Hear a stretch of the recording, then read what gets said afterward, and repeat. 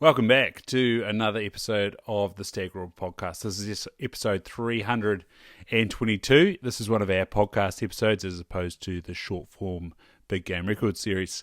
This episode, I'm joined by Glen Thurston.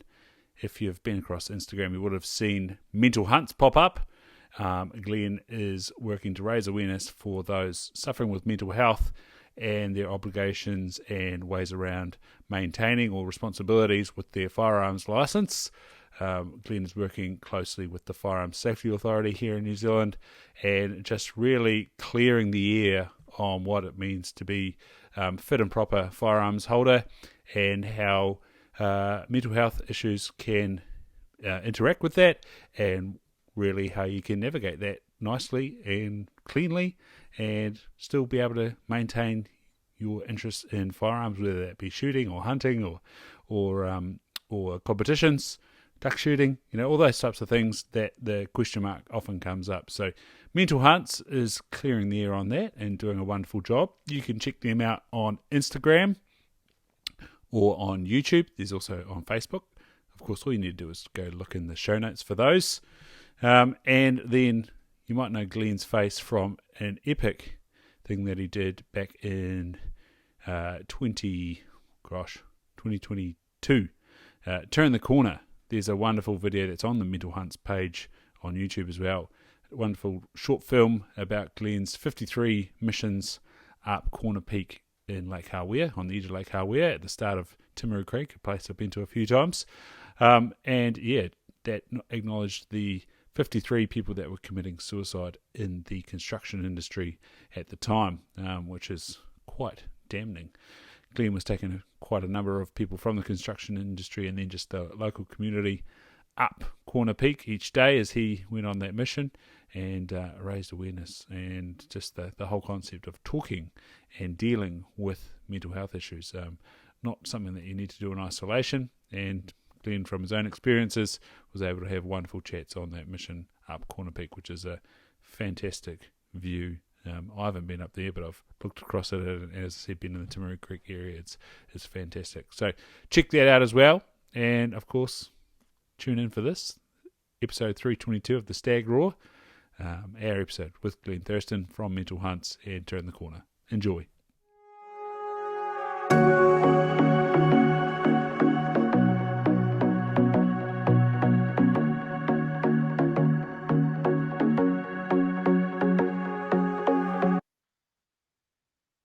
Ta-da. Glen, bloody awesome to meet digitally, unfortunately. Wanaka's a wee way from Tokoroa. Yep. But January last year, I was walking up Roy's Peak with Ian, and Jesus, his name's gone from my head right now. He owns, is it Kinsey? Just started up a outdoor foot and or shoes, and adventure racing gear. He's one of the Revenant winners. Oh, right. From Connect. Oh, yeah. They've just opened the shop. Yeah. Yeah, from Wanaka. Sorry, Ian. I can't think of your last name right now. It's not a good start. Anyway, we were going up Roy's Peak and we were pointing over to Corner Peak. And he's like, Ryan, you should check out this Glen fellow. He's climbing up Corner Peak. Was it 48 times, 58 times? Close 53. 53 times. Yeah. Yeah, and I was like, that's bloody cool. So I got down the bottom and started following Turn the Corner. And it's only taken just over a year and a half. yeah, things have evolved a little bit since then. Yeah. Mate, start off with the significance of that number, because that's pretty cool. You've got a nice, on the Mental Hunts YouTube page, people should go along and check it out. You've got the Turn the Corner little short film there, which is bloody awesome. Tell us about Turn the Corner, man, and that significant number. So 53 is the average suicide rate in the construction industry. That was from 2017 to 2020. It was over a 3-year period. I'm not really sure what it is now because it's all in percentages. I don't know why they've changed it from numbers to percentages, but anyway. So it was quite significant, and I myself had struggled with mental health and attempted suicide at a young age, and have just battled demons most of my life and refused medication and drank a shit ton of piss and tried to self-medicate. But anyway, finally come to a point in my life which was about 7.5 years ago now, and haven't had a drop of alcohol since. I decided to go and get help. It was a pretty bad night to the point where I nearly ended it all. Anyway, through that 6 years to turn the corner, I'd started becoming quite open about it because I had a business I had to sell and I had to tell everyone. So I sort of just flowed from there and just kept talking about it. And it actually was quite beneficial to me. It was like, oh, I got nothing to hide anymore. It's quite good. So turn the corner when I started hearing about those numbers, being in the building industry myself, knowing how stoic it is and the bullying that goes on and all sorts of stuff. And I've said things myself and I've heard the response from people about suicides and their opinions on it and how someone's selfish. And it was like, no, this shit's got to change. So basically I decided to climb Corner Peak 53 times in 53 days in honor of the suicide rate in the construction industry. But it wasn't a fundraiser, and I purposely did that because, to be honest, most people that are struggling with mental health or depressed, and I know for myself it was a big financial thing, and a lot of people that go down that dark road, it's usually business and things going wrong, and it's generally a financial thing, and most people have been struggling since COVID and all sorts. So asking people for money for mental health just doesn't really sit right with me. It's just sort of it's one against the other. It doesn't.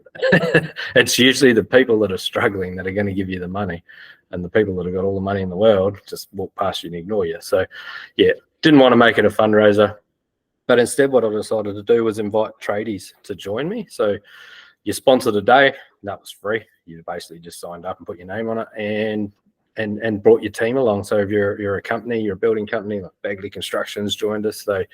They chose day 14, I think. I can't remember. Anyway, and they just bring their team up and join us. I put a number of 10, but I mean, shit, we had 14, 15 people most days on average. And the last day we had 35 people turn up, which was cool. It was sort of an open day. Anyone could come. And I left the weekends open for anyone else. So if you weren't a tradie or you had some reason you just wanted to be part of this, you had the option too. In the end, I had over 335 people turned up over that whole 53 days. And the conversations, the openness,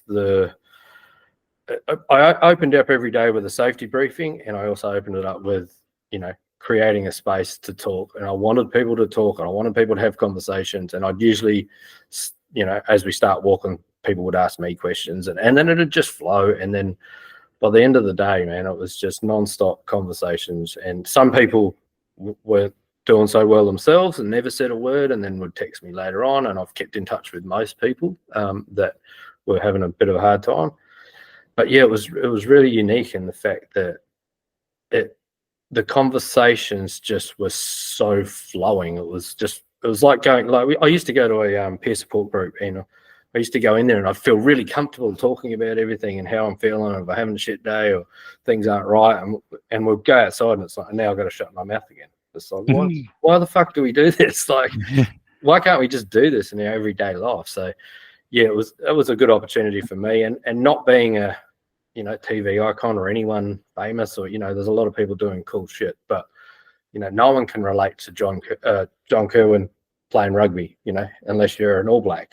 No one can relate to Mike King being a comedian unless you're a comedian, or Matt Chisholm. They're all doing amazing things, but it's really is hard to relate to their situation. But to be the guy next door that's just a builder and opening up and talking about it, and everyone's like, shit, yeah, I'm the same.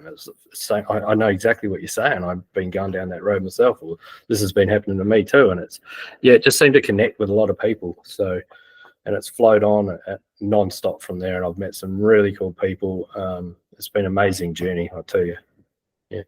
Amazing, man. So did you meet at the little car park at the start of Timaru Creek there? Yeah, so we'd meet at the car park, Timaru Creek, cross the bridge, and then we'd head on up through the Kanuka or Manuka and up onto the high river track, and then it turns off up a steep goat track, and then it gets technical and scrambly, and then it steepens up again at the end, just in time for the view. Because it sort of follows that nice little, well, not little, nice ridge, and then you get quite razorback, eh? Yeah, it does. There's a couple of spots that's quite gnarly, but pretty much everyone got there. I never raced up there. It was never a race. We just cruised, and took our time. My goal was to make sure we all got to the top together, so everyone was at the top. And on the way down, there was a few days where I just had to get going. And once I got everyone to a point, or there was someone that I knew could look after the slower ones, I just wanted people to enjoy it. They didn't have to rush off, but I had to get home, get recovered and rested, and get some sleep ready for the next day. Because I was getting up. I mean, we were starting at 4:30, so I was getting up early. Most days I'd be up at 2:00, so I could get some breakfast into me or a smoothie, and stretch out and get moving, get ready to go. So, cool. So while we're on that, like, what did your sort of numbers look like on the scales and on the supermarket bill? Supermarket bill wasn't too bad because I pretty much lived on smoothies in the morning, boiled eggs, and just primal bars. And by the time, usually just have dinner with the family when I was home. But it was pretty good. And I from the time I started training to the time I finished that, I'd lost about 10 kilo. And what did you notice with that? I noticed all my pains went away because I got bad knees. The irony, eh? Sore ankles, and I don't have a lot of weight on as it is. So, to drop down from sort of 83 down to nearly dropped into the 60s, it was like about 71. I just felt great, had full of energy. I'm nowhere near that now. I've gone back up. It's been a few Christmases now. Yeah. So at the time, like when people showed up at the car park, what were they sort of in for? What did they sort of feel, and how was the vibe there? There was a lot of anxious people, quite nervous about what they're about to do. Some people had really been training hard for it. Some people had heard about Corner Peak and knew because it is a big climb. On average we're about 6-7 hours turnaround. So it is quite a gnarly hill. But some people just were really quiet. But they soon opened up, and once we got moving, it's like anything. It's like when you go in a race, you're always nervous and everyone's quiet, and then all of a sudden you get into it and you get in your groove. It was good. Yeah, I made sure we moved around and took our time, rested, waited, had a feed on the ridge, and it was good. And did you sort of move up and down the group, or were you? Yeah, we just kept. If we started stringing out, we'd just all wait for them to catch up, and then we'd have a chat, have something to eat. And there was sort of 3 main spots that I knew to stop, and there's a last little pinch to the top where I'd sort of say to everyone, just see you at the top. Everyone go at your own pace. Give it to it if you want to or not. And I love that. Was my favorite part. It's only, I think it's about 100 meters elevation, that bit, but it's real steep, and I just love to get up there. Love to get up there as fast as I could. That was my little blast of blow it out. And you were rocking 2 poles? Was that right from the start? Yeah, I did. I'd never been into using hill poles at all, ever. But I tell you what, especially for coming down, but going up, it even saved my back. It was a game changer for me. I even use them when I go hunting now, just hiking in. I don't use them when I'm actually hunting, but if I'm hiking in somewhere, it just takes so much pressure off your back and saves your knees. Yeah, if you use them right, if you're just going to drag them along for a walk, they don't do much. But coming downhill, if you can get them in the ground and really stabilize yourself, I think I gained myself another 15 years in the mountains by using them now. Absolutely. So there's something to be said for putting one foot in front of the other. Yeah.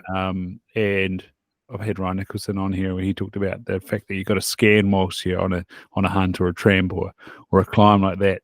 Really sort of takes away your inhibitions and opens up the conversation. Did you start to experience that at quite a lot of time? Like you said, some people would enter the car park with a bit of animosity, and once they got going, did the words sort of start to get and things happen? The conversations happen real easy on the hill because, like, in a situation like this, we're face to face, and it can be quite daunting, even in a counselling session or anything like that, or even at the doctor's, just getting a basic test. But when you're on the hill, you're just walking, you're not looking eye to eye. And you're just having conversations, and it just flows, and then you get real in depth sometimes, and you just find you've just stopped and you're having a great conversation. It wasn't hard to get the conversation flowing at all. That's what I love about, we all know the benefits of getting in nature for your mental health, but go out with a friend and have a good yarn. This is why we've rolled it into this mental hunts thing, and there's other reasons behind that, but it's just so easy. And it just flows. It's such a simple thing to do. Have a conversation with your friends, or friends are easier. These are complete strangers. and we were all just opening up. Had people that had lost parents, had people that had lost their kids, had people that were having kids that were struggling as right there and then. People were struggling themselves. And yeah, like I say, those people I still keep in touch with, quite a lot of them. It's pretty cool. And I've had people reaching out since going, look, I got 3 staff and I just don't know what to do. It's like, well, I can't, I'm no doctor, but get them the help they need, Yeah, it is. It must be pretty daunting as a boss, like 3 staff. Jesus. Yeah, what would you do with that, man? Yeah. It's a scary thought, but it's very common. That's the thing. But I think it's great that if they've got 3 staff that are opening up and talking to them, that's a great thing. If they're saying, "Look, I'm having a hard time, or I'm feeling suicidal, or whatever," I think it's actually a positive, because at least they're talking about it. They're not wanting to be like that. I never wanted to feel like that. I just didn't know any better.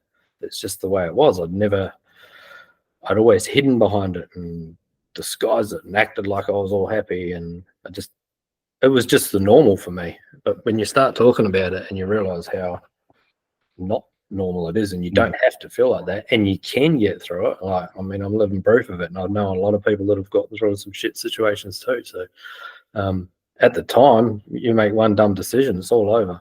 It's just a moment in time that you just got to get past, work through it, and yeah. So like you say, that's probably the first step. You have the analogy of a rock bottom. You're in the bottom of a chasm or something, and the top seems so far away.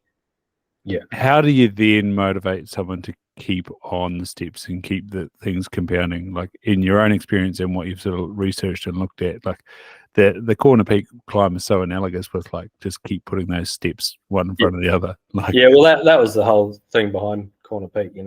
When I wasn't well, getting up and going to work every day was like climbing a mountain before I'd even get to work sometimes, just to get there. So that's the whole thing behind that, as well as all the other benefits, and the name Corner Peak and the name Turn the Corner. We all need to turn the corner and change the way we approach this. But yeah, it is hard, and everyone deals with it differently. And I had a big drinking problem. That was a big battle I had to fight with in the process. How did that look?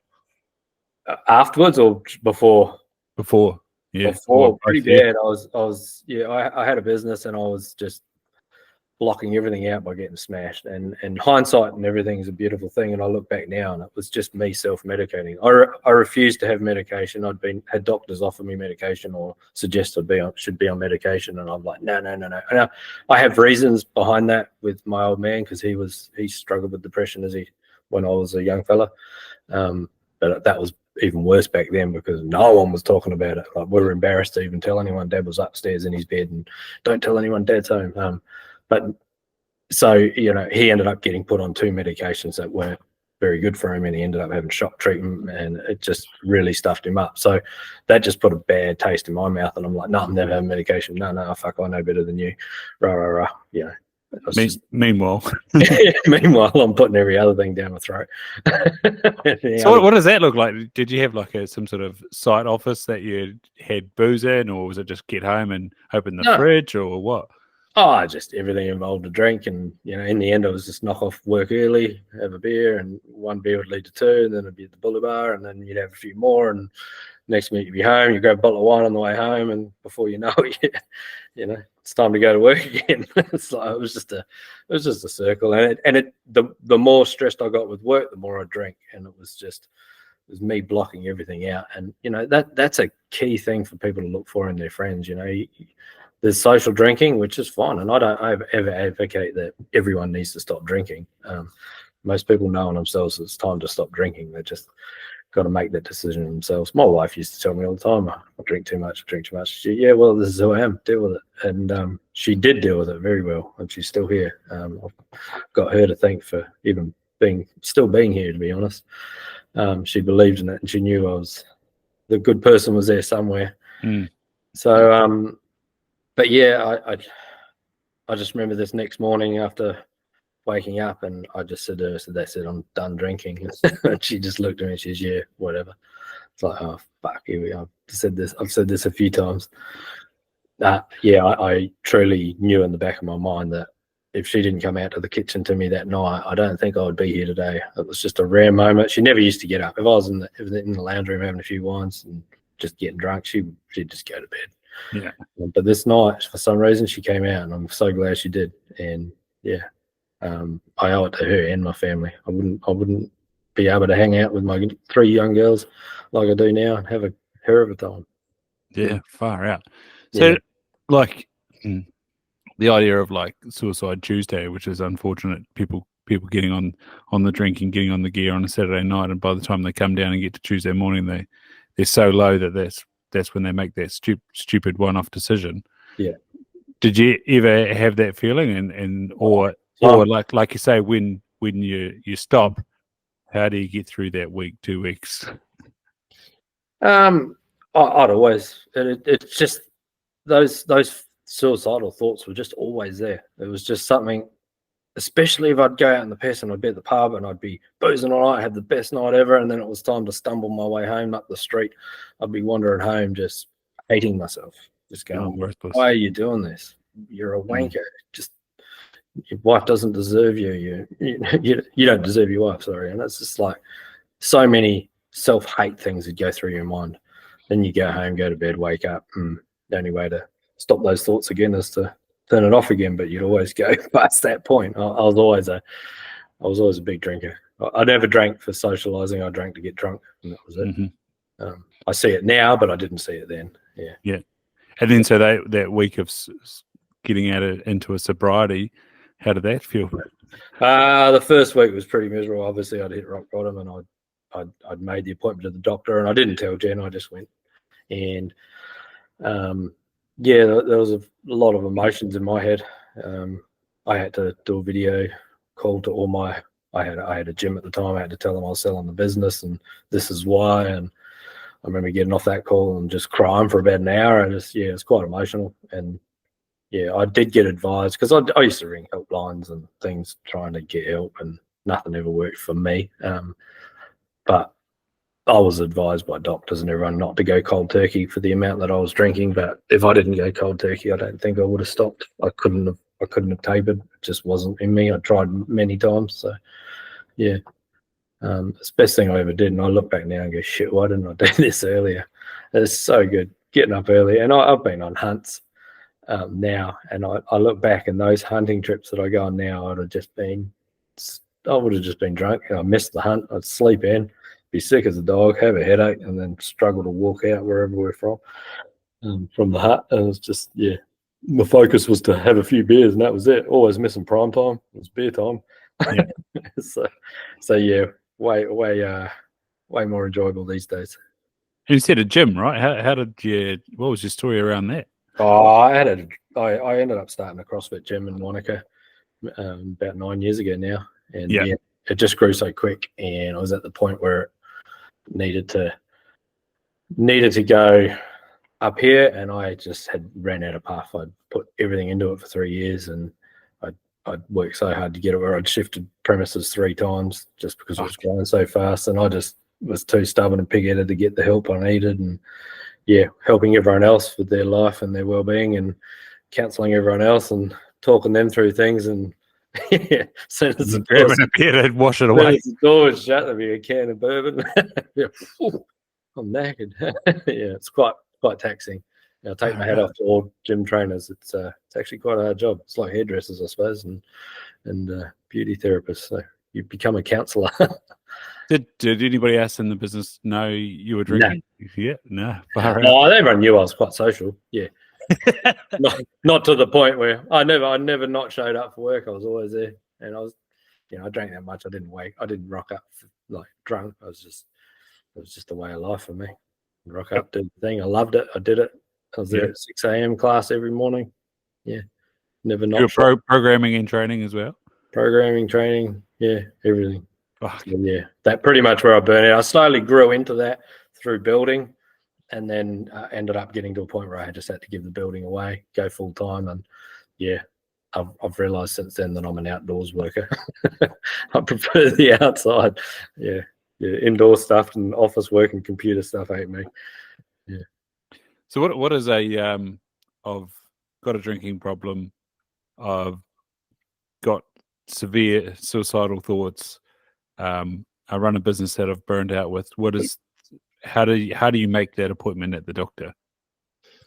To be fair, it was the hardest decision and the hardest thing that I've ever done. So, but what does that even look like at the doctor? Like, I need 15 minutes at least. Does it look like that? Or yeah, I was very lucky that my GP, she didn't rush it, and she was very, very, very supportive. She just looked at me. I think she knew the moment I walked in what I was there for. And then I was a mess. I hit the floor. It was just like dropped everything. And she's just like, "Wow, you really are in a bad place, and we can help you." And she did. She basically referred me to brief intervention. And like I say, this was now 7.5 years ago for me from this moment. did you say grief intervention? Brief intervention. Brief. It's like a government funded. They give you, I think it's 6 sessions with a psychologist, and they help you, guide you through. I think it was about the second. They briefly touched on medication and ideas of, maybe we work on it. And by the third one, she says, "What have you thought about the medication?" And I just said, "Oh, fuck, just give it to me, because I'm at the end of the road. If it's gonna stuff me up like I've always thought it would, well, who cares?" So I'm fucked anyway. So, and it's the best thing I ever did, and I still take medication to this day. I take 1 tablet of fluoxetine every day, and it's the best thing. I don't go crazy if I don't have it. I could go off it for 3 weeks; it wouldn't matter. But I just tick along with it every day. And what that does is just takes that edge off. It takes the distorted bad feelings. I don't have any suicidal thoughts. I look back at that now and I go, "What the fuck was I thinking?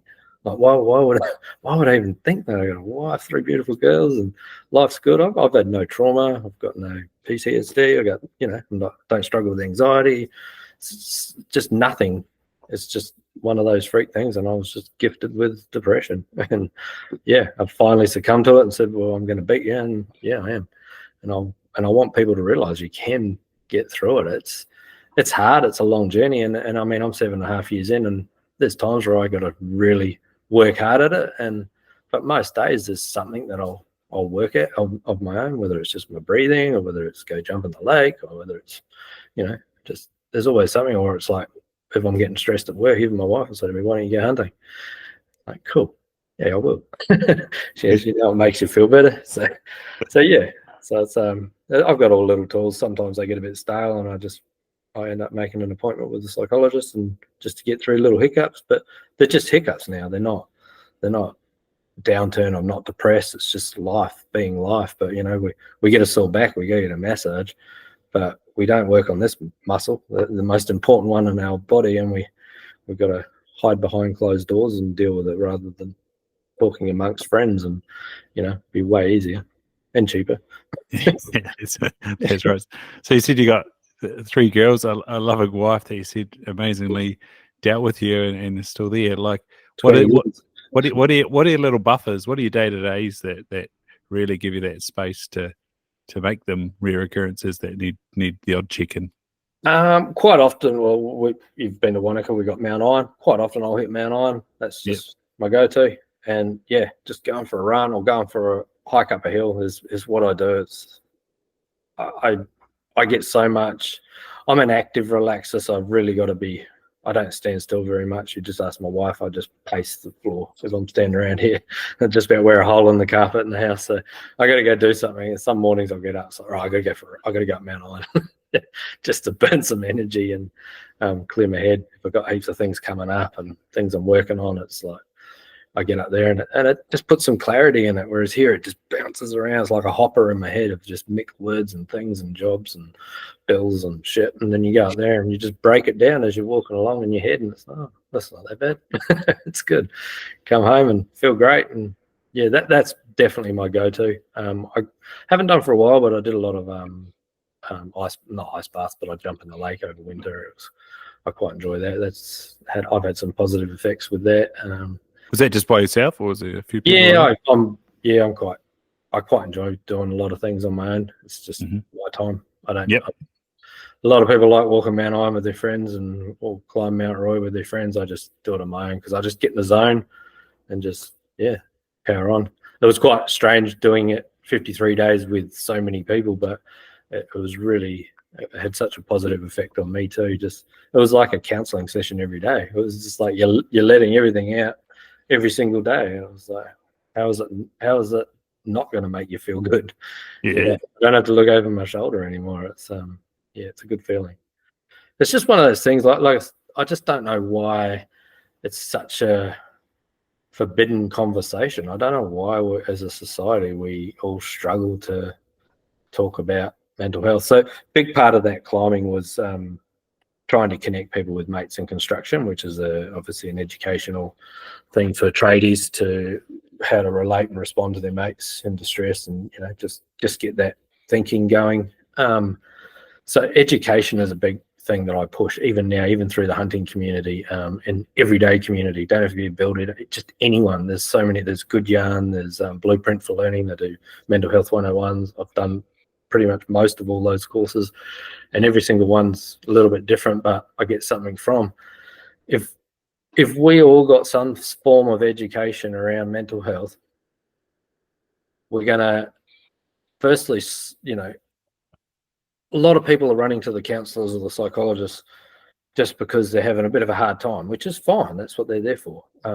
But if you had a mate you could turn to, you wouldn't go to the thing. So this big backlog of people, the wait list of 7 months, we'd probably be able to bring that down a little bit. So the people that are really in dire straits, so like people that are in my situation or people that are manic, schizophrenic, people that really, really, really do need the help can get in. This problem we've got, we haven't got enough psychologists. Well, we supported each other more to get the acute depressive modes, whereas at the moment people aren't talking, so they're manifesting it. So over a 5-10 year period, everyone's getting really, really, really bad, and all of a sudden they've got a serious depression, and they do need proper help. Whereas if you could just deal with it early and talk to your friends, you could either talk it out or you could just guide them to the GP and they could go see a counsellor and all as well, rather than 7-month wait list. I've heard of people that have not made it to the psychologist and ended up taking their life. It's quite common because they're in such a bad way and they can't get in. So I think everyone's quick to blame the government. So the government needs to pay, do more about this. Everyone's quick to say we need more money for this, but it doesn't cost anything to be empathetic and understand your friends and ask the question, "Are you okay?" You don't have to have the answer. And I compare it to first aid. We all go and get a first aid certificate for workplace health and safety. And why first thing you do is ring 111. Yeah, exactly. But what in the meantime, all you're there to do is to maybe put a Band-Aid on someone. You're not there to do surgery to them and do open heart surgery. You're just going to do the best you can with what you've got until you can get them to the professionals to do the job that they're there to do. And the mental health is exactly the same. All you're there to do is just listen, support. You don't have to say to them, "Oh, what you need to do is this," or "Oh, life's just like that." Just listen and go, "Yeah, that sounds horrible. That sucks." I remember being drunk and saying shit, and it felt like me screaming for help with a sheet of glass in front of me. I was just, I just didn't know how to ask for help. So I'd sort of use the next day I was just drunk. I'd hide behind it again, and it's just never anything. Now I put posts up and I talk about things. Like even the other day I put one up about when I went into the bush and got pissed. And yeah, I saw that one. Yeah, and the amount of people that have said to me, shit, I feel so bad that you felt like that. It's not. I wish I knew. I was like, well, I didn't even know. This is where it's important to ask your friends, are you okay? Because sometimes they'll go, well, am I? I don't know. Maybe I'm not actually. and you can just break through the stubbornness, I suppose. Because I didn't know. I look back now and it's as clear as day. But back then it was about as clear as mud. It's just, it's a hard one doing that.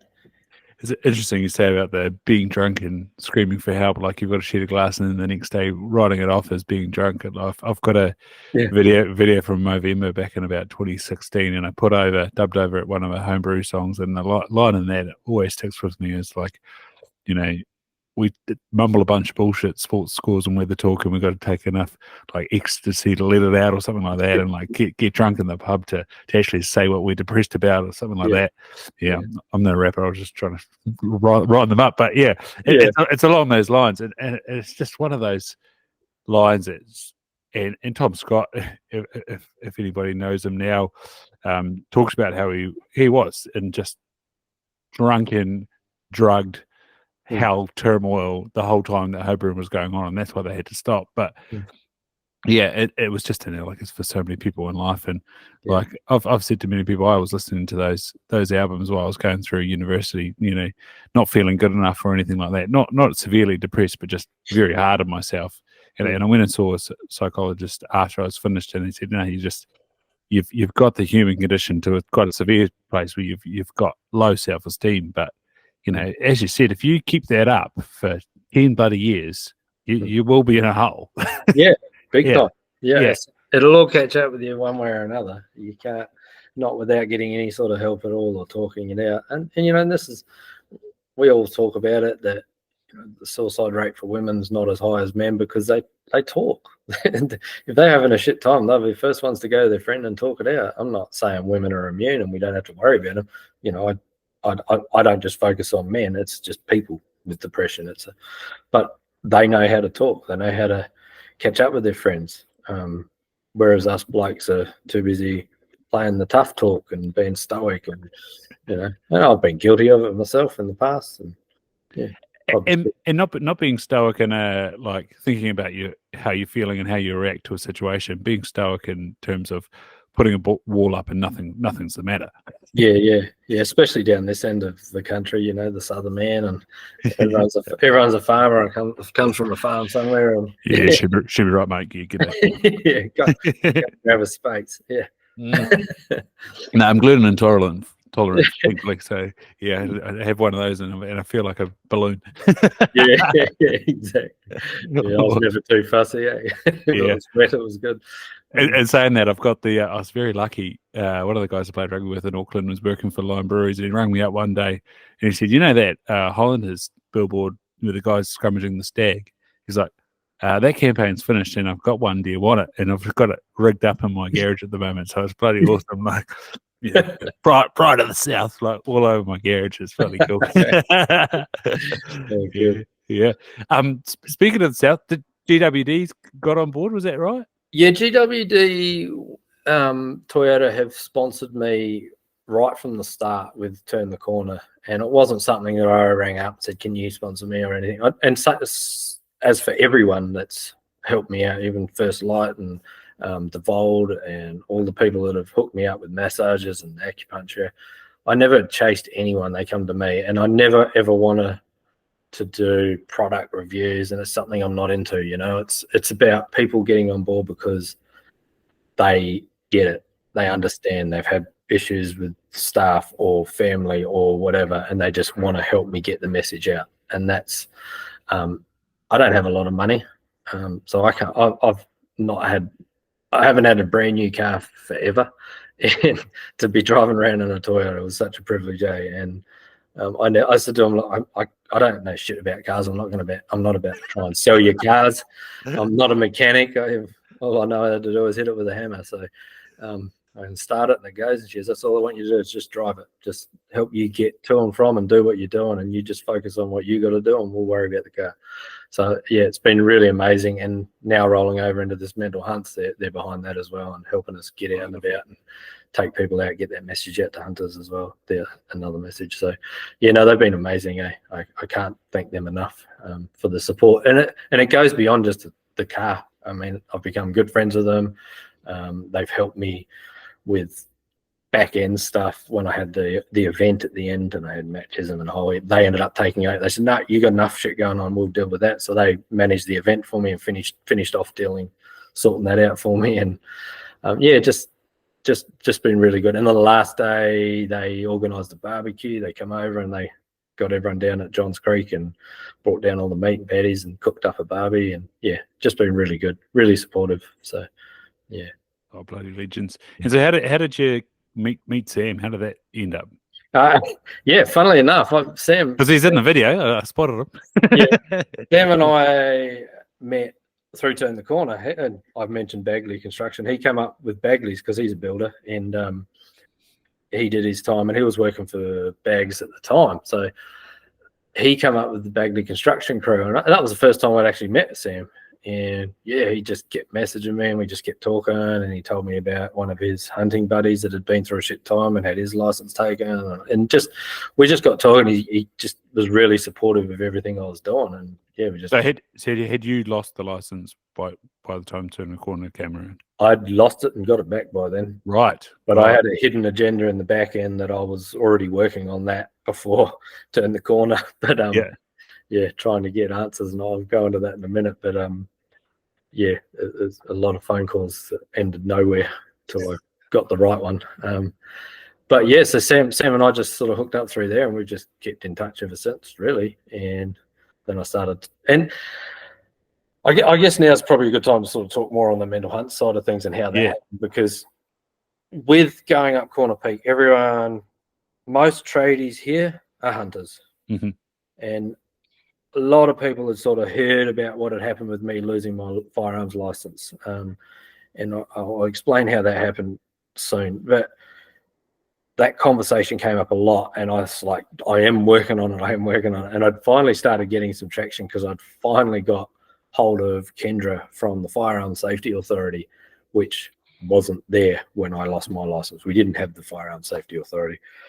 Like them or hate them, I think it's great to have a regulatory organisation that are doing things, and they're very proactive in this space. And you'll see very soon our episode come out with them.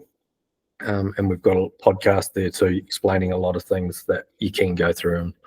But I try and simplify it for us hunters and keep it not so legal. But yeah, so all those conversations, and then I had one guy come up who was a member of the Deerstalkers, the local Deerstalkers, and I said to him, I'd be keen to come down and talk about this. And because what was happening is, from when it happened to me to when the Firearms Safety Authority started, there was starting to. That was one thing I didn't talk about, because I didn't want people to. I knew if my friends found out that I'd lost my license for seeking help, they would not get help. As would I have not got help if I knew that was going to happen. I would have moved away. And so I kept that quiet. I went back to being a recluse and not talking about my feelings and what happened, and avoiding the conversation around hunting. So I'd set this agenda to start trying to fix this problem or find out what the hell's going on. Everyone was putting all these bad messages on Facebook, I was seeing all this negativity, and it was all bad. If you go get help, you're going to lose your guns. And it was just creating a complete wall for people to get help. So one minute you're trying to create a campaign to get people talking and open up, and on the other side, all those people will not go get help because they're going to lose their license. And it's a horrible thing. Like they're getting better with talking with us and other people, and me sharing conversations I've had with people and them talking to them as well. But it is a problem, and it's a massive problem. They know about it. The Firearms Safety Authority know about it. Before they came along, the police were running it. So I guess the most important thing to say to anyone that's listening to this is, don't go to the police station and ask questions. If you're concerned about anything with your mental health, go to your GP. Your GP, do not give your GP your license. It all goes through the Firearms Safety Authority. They need to notify the authorities, okay? If you are going to go get help, go find a friend, or if you know your friend's not very well, offer to store their guns, or ask a friend if they could store your guns and you're having a hard time. It'll probably open up a great conversation. That way, that if you go to the doctor and they say, do you own a firearms? You're being very fit and proper. They may not feel the need to notify, because if a GP or a doctor's listening to this, you do not have to take firearms. It is not the law to take firearms from people that have a mental health issue. If they are at risk to themselves or others, they're not fit and proper. That's a different story. But if they're just coming in and they're having a hard time, having a marriage split, I say to people, you need a GP that you'd happily go and have a beer with. You want to be able to have a good conversation with them. And there's a lot of people talk about, finding a doctor that's got a gun license. That's a good idea too, if it's easy enough for you to find out. I find it harder for people living in the cities. But there's also psychologists and stuff. Like I refer a lot of people to a lady in Te Anau, to Catherine Wright. She's a rural counsellor. she's never taken a firearms license off anyone, and she deals with rural people. So, it doesn't have to happen. But ever since Christchurch, this legislation got hardened up, and it's gone wayward. And I must say that the only topic I talk about and focus on is going to the doctor and seeking help and having your firearms revoked. If you get done drink driving and they come take your guns, different story. If you're beating up your wife, different story. If they come to your house because you're having a moment and you're saying dumb suicidal things, they're probably going to take your guns because you're being disorderly. That's a different story. But if you take the moral high ground to go to the doctor to seek help, you shouldn't feel like you're going to be punished, because it's not nice. It's the most horrible thing that ever happened to me. Yeah. And so did you set up some sort of Facebook networking or the Instagram page and get negativity, or you were just seeing that around? And I was just seeing it through others, and I'd reach out. I won't mention pages or anything like that, but I'd see things. I'd read articles in magazines, and they're sort of dead ends. They're like, this happened, shit. And it's like, yeah. So now you've just stopped everyone that's reading this to go get help. Yeah. And there's one Facebook group, I think there was like 10,000 followers. And I even messaged him and said, hey, man, I rang him up. I found his phone number, and I said, I just want to talk to you about your post you just put up. I'd love to have a chat to you.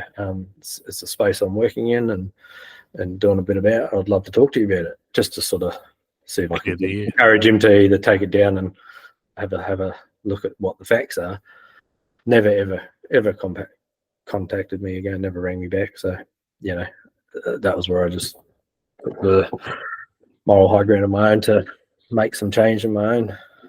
And this is where Mental Hunts evolved, really, I suppose. I thought, well, and Mental Hunts is, it's just another YouTube hunting channel, but it's different. We want to open that conversations. We want to change the culture of hunters and talking about mental health. If you can go out in the raw and you can have a conversation with a mate and realize he's having a shit time, like, enjoy the hunt. When you get home, go check in on him. Keep checking in on him. Make sure he's all good. There's so much that can be done just by talking. You don't have to have those answers, like I said. And by no means are we trying to achieve everyone with a firearms license to not lose their license regardless of their health. If you're not well, fuck your license. Go get help. And I wrote this on a post just recently.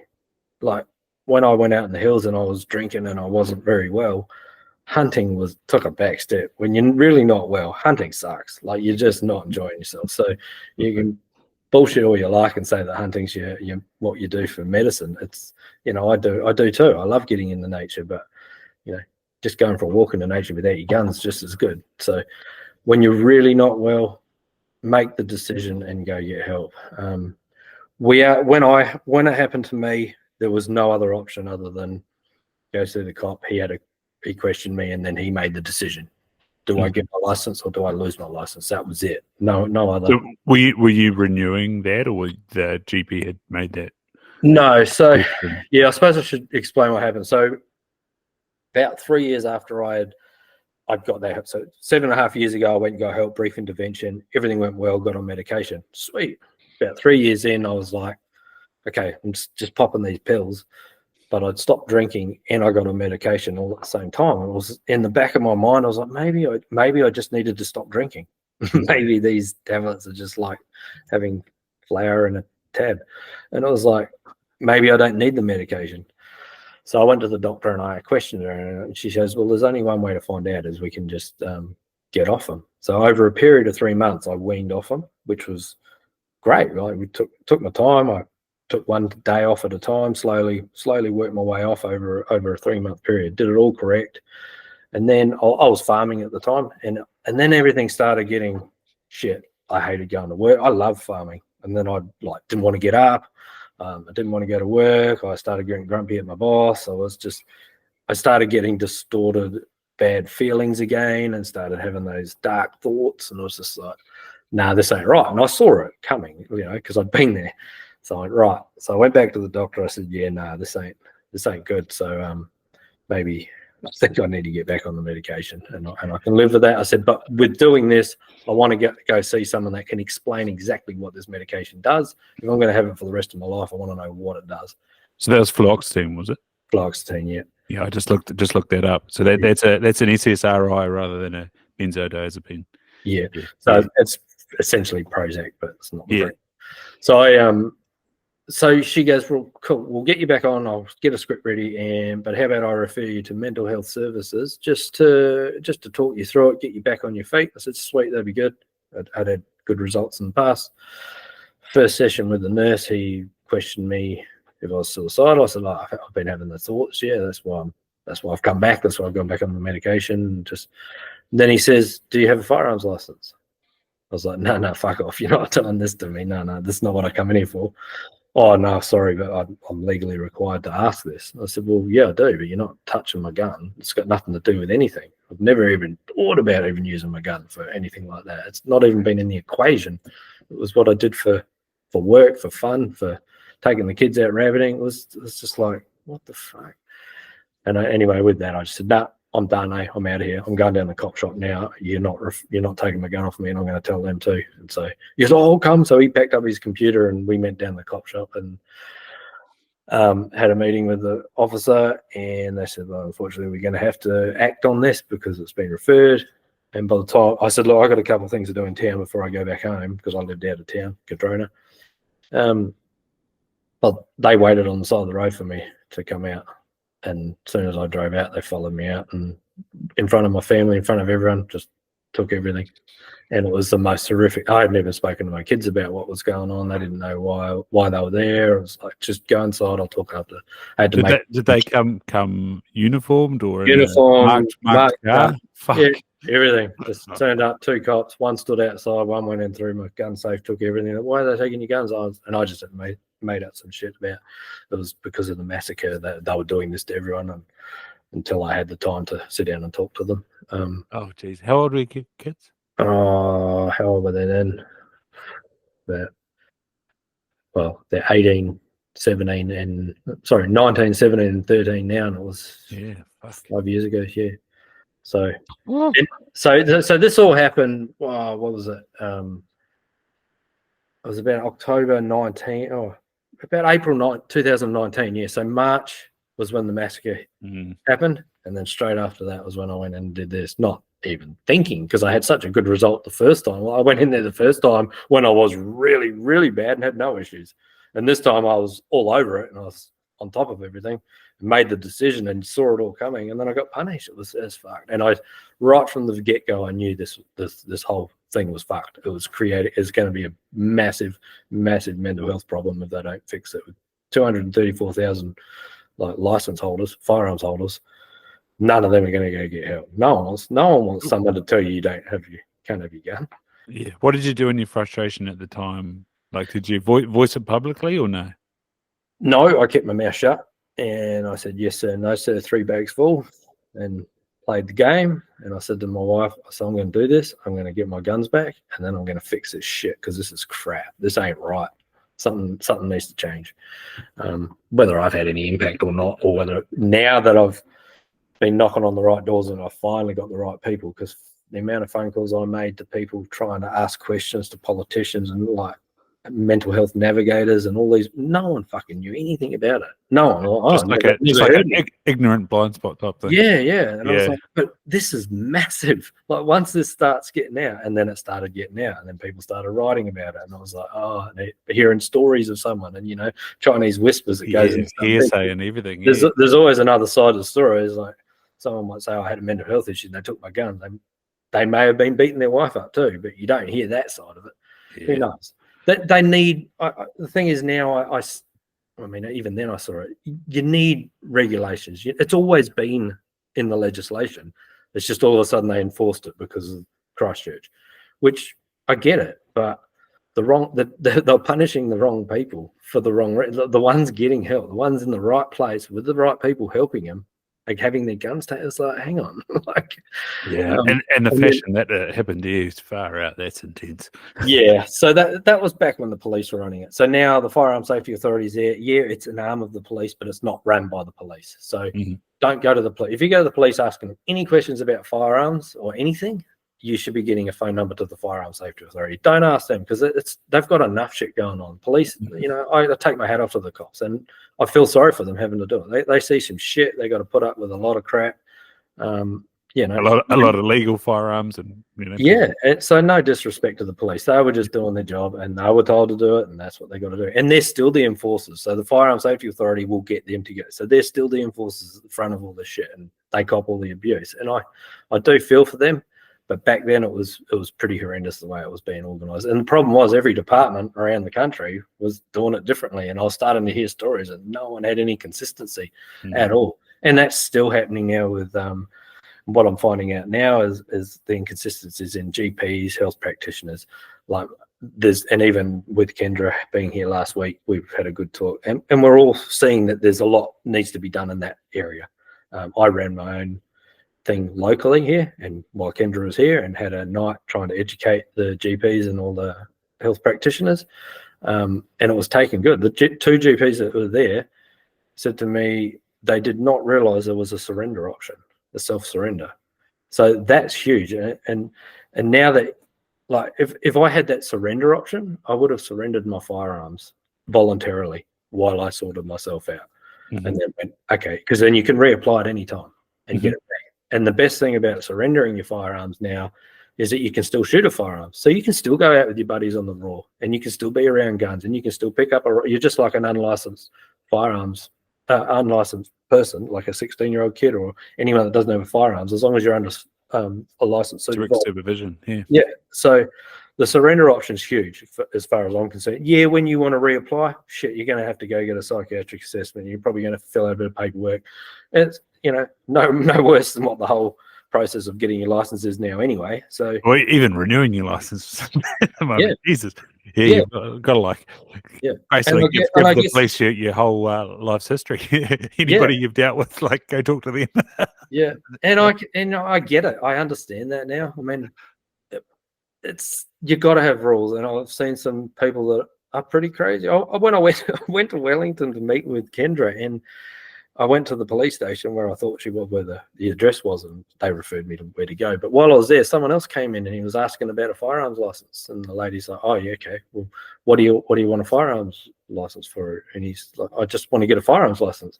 She goes, "Well, do you want it for pistols or rifles? What, you want to go hunting, or would you want a high powered rifle?" And he goes, "What would I want a high powered rifle for?" She's like, "What would you want a gun for? What do you want a license for?" It's it's people like that there's regulations, and there are people around that probably shouldn't have a license. So there's a long way to go, and they know it, and they're working on it. I've had a meeting with Nicole McKee.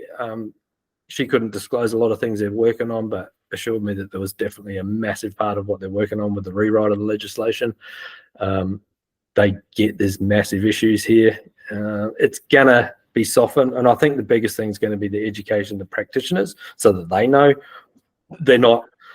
I think it's just, and it's once again they do an amazing job, but they're just being risk adverse. And someone comes in and says it's suicidal, I'll take his guns away. That's a risk gone. It's like, but is it? You've just put a big dark cloud over that person's head. I tell you what, when they walked out of my house, I just felt like going and walking in front of a truck. I felt like shit. Fuck. It was the worst feeling ever. But I saw the other side of it, and hindsight's a beautiful thing. And I got through it, and I was working on the farm, like I said, so I'd get out hunting and I'd just take my camera, wouldn't take the rifle. Obviously, I couldn't. And then I got some good hunts in. I got up close and personal with many deer, and I was like, shit, this is actually pretty good. But yeah, when the cop said to me, "Oh, you can get into bow hunting and you can get into photography," it wasn't what I wanted to hear at that moment. Yeah. For those that don't know, Nicole McKee, she was with Colfo for a long time before she got into Parliament last election, and then she's back in Parliament this election. Like you say, she's working on the rewrite of the legislation, as you said, after Christchurch things got a bit one way. And I try not to get too political on it, but it is a political situation, unfortunately. And I'm no politician by any means. I left school when I was 15 and drank a lot of piss for a long time. So, who am I to say? But I've got lived experience, and I know what it did to me, and I know what it's done to a lot of people. And since starting Mental Hunts, the messages coming through from people is phenomenal. The amount of people that have been put through the ringer in the past. But yeah, hopefully that's all going to start changing. There's every situation is just different. And I guess the Firearm Safety Authority, one thing they are doing, it is case by case now. And it might be a case of just getting a bit more paperwork for them and a few different, and they've explained situations. We're going to have our podcast out soon with Kendra and Mike from the Firearm Safety Authority, and pretty much touch on all these points in more depth and detail and factual. So yeah, I highly recommend people having a look at that if they've got any queries about any of that. And yeah, get in touch with the Firearm Safety Authority if you're not sure. Yeah. On the positive side, what did you do to get it back? What did I do to get it back? I hounded the crap out of the guy that took it off me. I think about a month in, I was like, ring him up, so can I reapply? He's like, oh, no, not yet. I'm going to ring him up. He stopped answering his phone in the end. So what I did is I went to the police station. Trespassed you. I ended up going to the local police station and said, like, what's going on? Like, what can I do? I don't have a date. I don't have time. I wasn't told when you could renew it, when you couldn't, how long you had to have it revoked for. There was just no rules, eh? And in the end, I talked them through what had happened, and I was very lucky that the lady up here at the time said, I'm going to help you get this back, and we are going to vet you. We're going to do all the vetting for you so it works better for you. I ended up getting letters from my wife, my mum, my employers and everything, just character reference letters just to back up everything, and which I've since been told that's a very good thing to do for anyone in this situation now. It just helps tell your story. No one ever went and asked my wife what she thought. You'd think they would, but they didn't. So yeah, I did all that, and then I went and saw a psychologist and said, I just don't know what to do. I want my guns back. And she was just shaking her head and said, oh, this particular officer had done this a lot lately. And I think he had a bad instance where someone did take their life, and I think he was just being risk adverse too, which I get it, but unfortunately you're messing with people's lives. Like, I got kids too. Could I have strayed them in different directions? Because I lost 2 years of hunting with my kids. And rabbiting and gun safety and all sorts of shit. I'm trying to get that back now, and they're getting a bit older and they're going different ways. So yeah, there's a bigger picture than just taking someone's gun, and they're seeing it. It's going to be a slow journey, but if we keep making noise, I guess for me, what we're trying to achieve out of this is anyone that is sitting at home all quiet and scared to talk or having struggles or whatever, and they don't want to talk about it, open the fuck up, start talking, because the more of us that talk, the more they're going to realize. At the moment, they're like, well, it's not a problem. It's only you talking about it. People start talking and start putting letters forward and start explaining their situations in a diplomatic way, not an angry manner, not abusing people on Facebook and being a keyboard warrior. I'm talking like speak to the people at hand. They're going to get some data of what's actually happening, because if people aren't talking, they don't know. Of what's happened or what was going on. So yeah, anyone that messages me and us, I usually refer them through to Kendra to give them some support, those that really need it and I feel that they should have their license back, or they lost it unfairly back beforehand. Because anyone that has had their license revoked and they're waiting for the phone call, you're not going to get on the phone and start making the phone calls, because since the inception of Firearm Safety Authority, you're just another person out there that they know nothing about. So I highly recommend anyone that has been down that road. I don't know your situations, but make the phone call and ask the question. And there's a big myth about medication. If you're on medication, you're going to lose your guns. Or if you had medication for the year, you're going to lose your guns. No, you're not. I'm on medication. You just got to be honest and disclose it. And, when they ask those questions and you're renewing or when you're getting your license, be honest, because they actually know already. They know the facts. They've got all the information these days. So just tell them, and it tells a story. If you're going to bullshit, are you fit and proper? You're lying already. Just say the facts. If you, I've had a bit of a downturn and business was not doing so well. I was a bit depressed. Got on some medication. Things are good, or I'm on it still. Whatever. They may ask for another assessment. Generally, it's going to come back pretty good. There's no issue. it's pretty common that people have been down that road. But Mm. you know, if people aren't really that well and they're having really bad thoughts, yeah, you need your guns taken. But there's a whole heap of ideas. There's a lot of people out there with some great ideas. Just need to speak up. You know, Nice. myself and Sam, we can't do this on our own. We're just trying to get the ball rolling and get the wheels turning. We need everyone's help in New Zealand to get this going. And, you know, hopefully it gathers legs and gathers momentum and we start getting a bit of a following that we can get the message out further. It's not about getting likes and all this shit. It's about having a bigger audience to get the message out to. You know, you get it out to one, they're going to tell three. You know, so if we get 10,000 people, there's 30,000 people might know about it. And hopefully continue to get help. So, yeah, bloody awesome. So on Sam, I watched episode 1 and you gave him a hard time for he was still trying to find that hunting guide you were talking about, sort of one of his lines. yeah. Like you said, his friend's got a similar story. How does Sam fit into the equation? Like it's a great duo you guys have created for the purpose of storytelling, but obviously there's a bigger message going on there. It's just, I mean, well, Sam being a hunting guide, you know, he's another one. Well, I was farming at the time, so when I lost mine, and it was a necessity for work, guiding. His friend was a guide, and he went down a dirt road, and same sort of thing, but very, very different, different situation. Yeah, the inconsistency that I was talking about. So yeah, he'd seen that, and when I started talking about what I wanted to do, and I thought I might do a film, but we started thinking bigger, and I thought, let's just get bigger. I'm hoping soon to get on some other episodes with some other YouTube influencers just to get that message out further, get them involved, because Sam and I are passionate about it.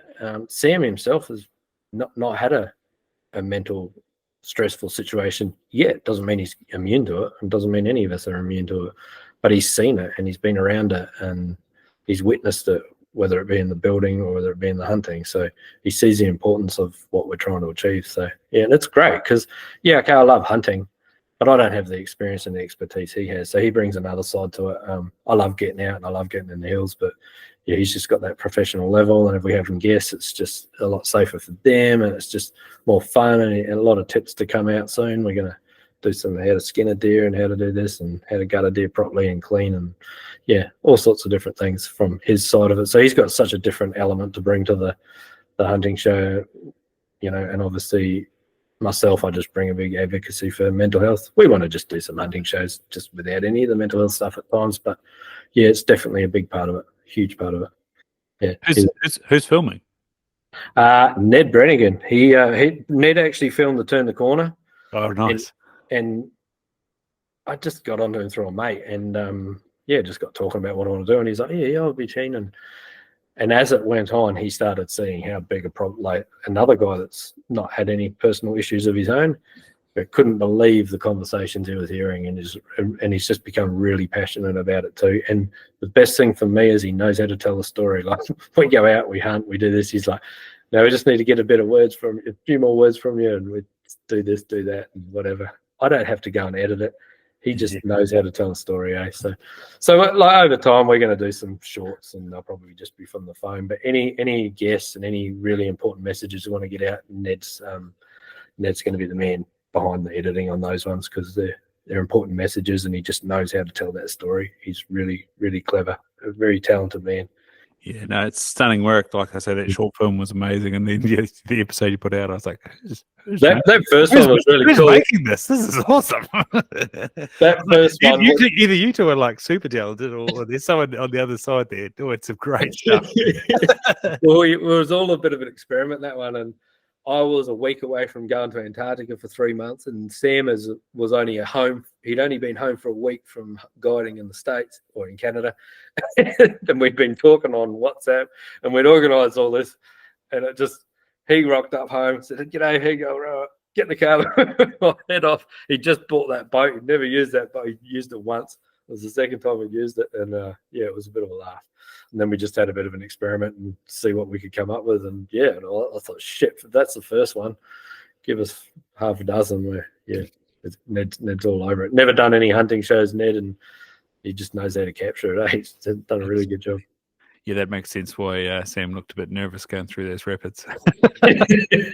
Yeah, that rapid, the video doesn't do it justice. It was a big, it was almost a meter step up. Hey, it was just in a little inflatable. It was like, but yeah, that little jet engine on it, she just purred through it. It was great. No, that's very cool. What farm were you on? Where were we? Yeah. Oh no, so not for the hunt, for when you're farming. Oh, what farm was I on?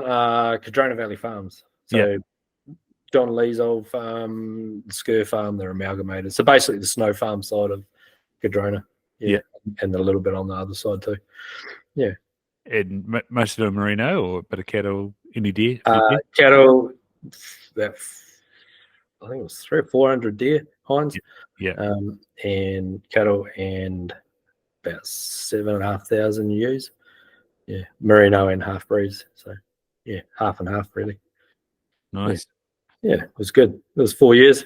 So yeah, Jo, who's John Lee's daughter, she used to come to my gym, and when I sold the business and went through all that shit, she says, "Oh, look, we've got a cottage at the farm. Would you be interested to move out there?" She's become available. I said, "Shit, yeah, get me out of town. I got to get away." So I came quite a recluse for a while, just while I'd sorted myself out. And yeah, one thing led to another. I did a bit of work up at the proving grounds, and then by the time I got off there, they'd offered me a job. I was like, "Yeah, shit, yeah, I'm keen for that. Never farmed in my life. I'd be keen." And yeah, I loved it. Yeah.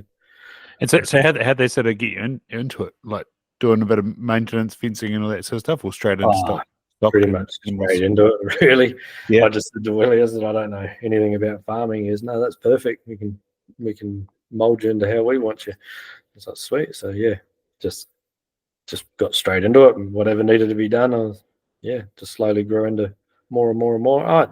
I'd still do it now, but for me, there's probably no future in it. I don't have a family farm. I can't afford to struggle to even buy a small bit of dirt, let alone a big bit of dirt. So yeah.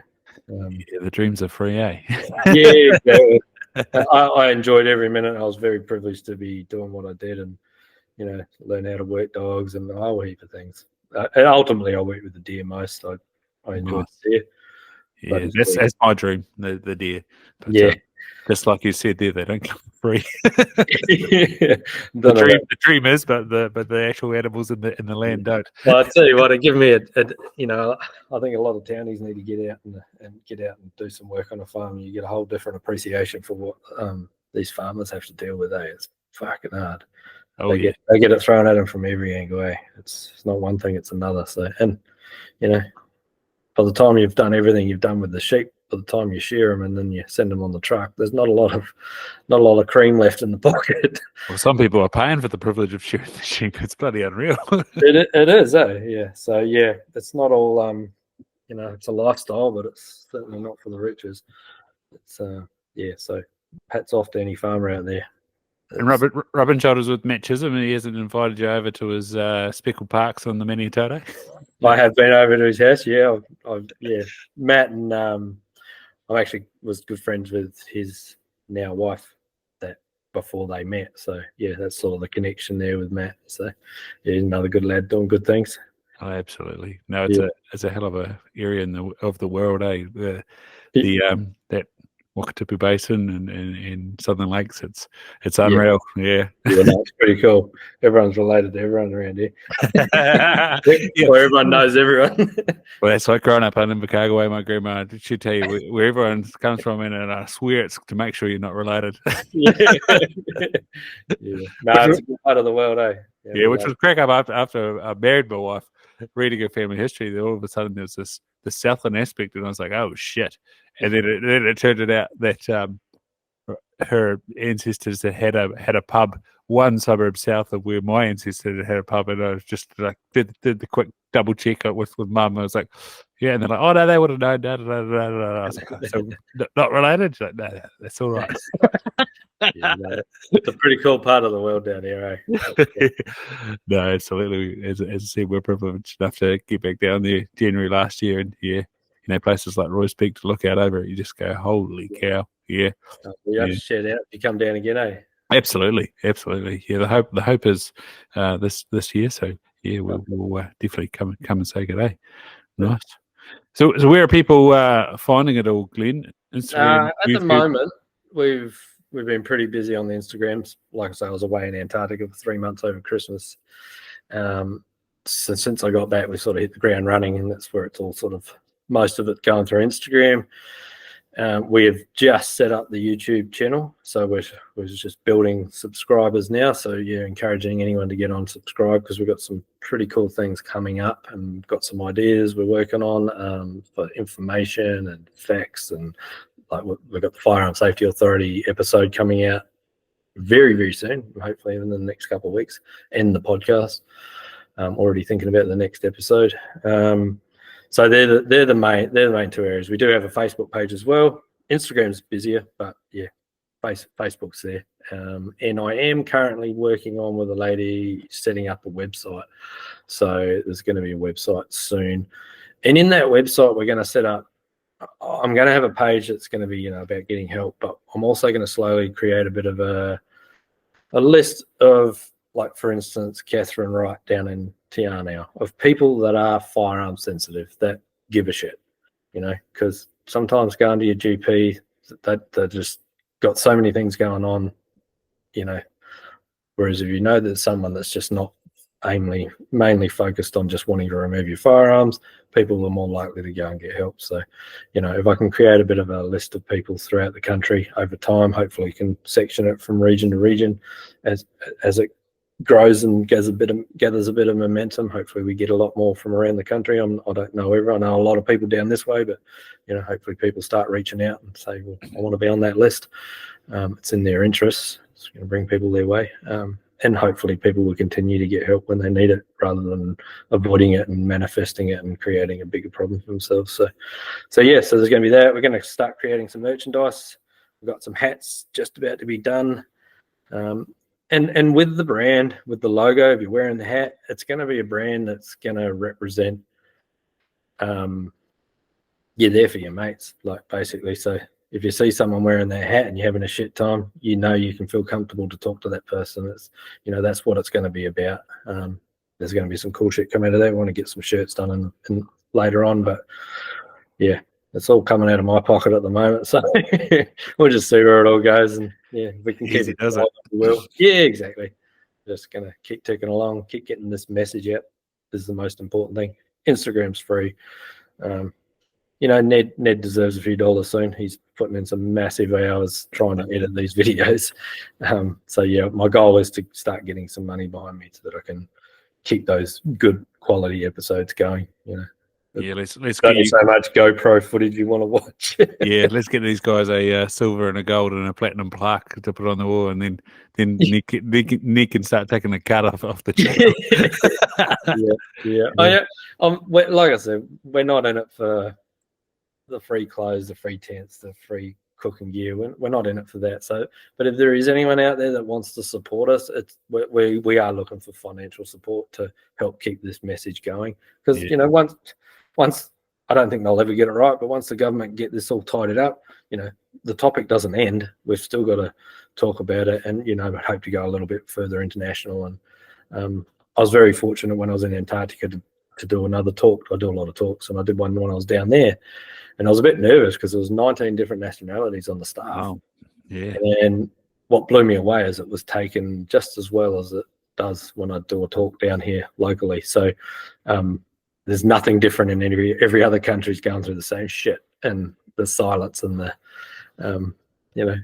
battling in their own heads and not dealing with it and not talking amongst each other. So yeah, so hopefully we sort of, with YouTube, it helps us get a wider audience in that sense too. So yeah. And hopefully, as time goes on, we'll start getting out and get some really cool hunts. Got some good ideas and a few places we want to go. So yeah, I'm just scrolling back through the episodes here for someone that was on earlier last year, because he was down in Antarctica, and it'd be bloody hilarious if you were there with him. Where are we? He was project managing some building there. Were you on the US base or the New Zealand base? I was actually with ALE, Antarctic Logistics Expedition. It's a tourist-based operation, and we tourists come and live in tents. We basically live in tents. The whole place is set up every year and pulled down every year. Right. Yeah, we're at a place called Union Glacier.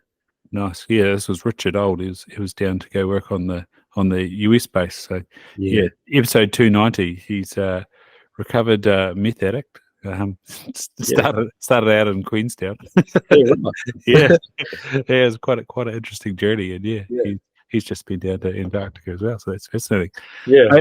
But I've just finished the Otago herd on the Big Game Records. And I'm looking at what's behind you there. Tell Oh us, yeah. tell us about that beautiful royal. Yeah, that was when did I get that? I don't even know when I got it. But that was off the back of the farm. Typical Otago head. Yeah, it's stunning. Yeah, free range. It was beautiful. I was yeah. I don't really want to say too much about where I got that, but yeah, no, it was a bloody good head, and it was a really cool hunt too. Took a mate out that was a friend of mine from here. He was come up the farm, and I said, "We'll go out for a walk." And shot up the top, and sure enough, got onto him early, and said, "Right, we're going to skeet down here," and yeah, lo and behold, job done. So yeah, and you just look at it and you go like, oh yeah, those are great back tines. Oh, those front tines, they're beautiful. That tray, that's stunning. Those brows, they're amazing. Bays are both there. Like, holy cow. yeah, Pretty pretty awesome. even, eh? Yeah.